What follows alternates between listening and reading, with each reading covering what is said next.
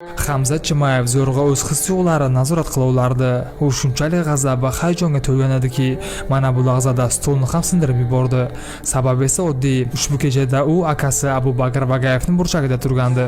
Bu Hamza uchun oddiy jang emas, balki or va oilaviy iftixor masalasi edi. Abu Bakr jasur qadam tashladi. U og'ir vazn toifasiga o'tib, ikkinchi chempionlik kamarini qo'lga kiritishga va tarixga 2 karra chempion sifatida kirishni maqsad qildi. Uning ustiga uning raqibi sobiq UFC jangchisi edi.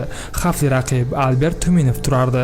So'nggi 10 yil ichida u faqat bir marta Leon Edwardsga yutqazgan va bu mag'lubiyat uni faqat kuchliroq va tajribali qilgandi.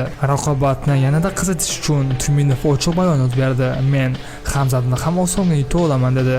Bu gaplar Chimayev uchun shaxsiy haqoratday bo'ldi va jang atrofidagi keskinlik pikka chiqdi. Ilk soniyalardayoq Bagayev kurashni boshladi.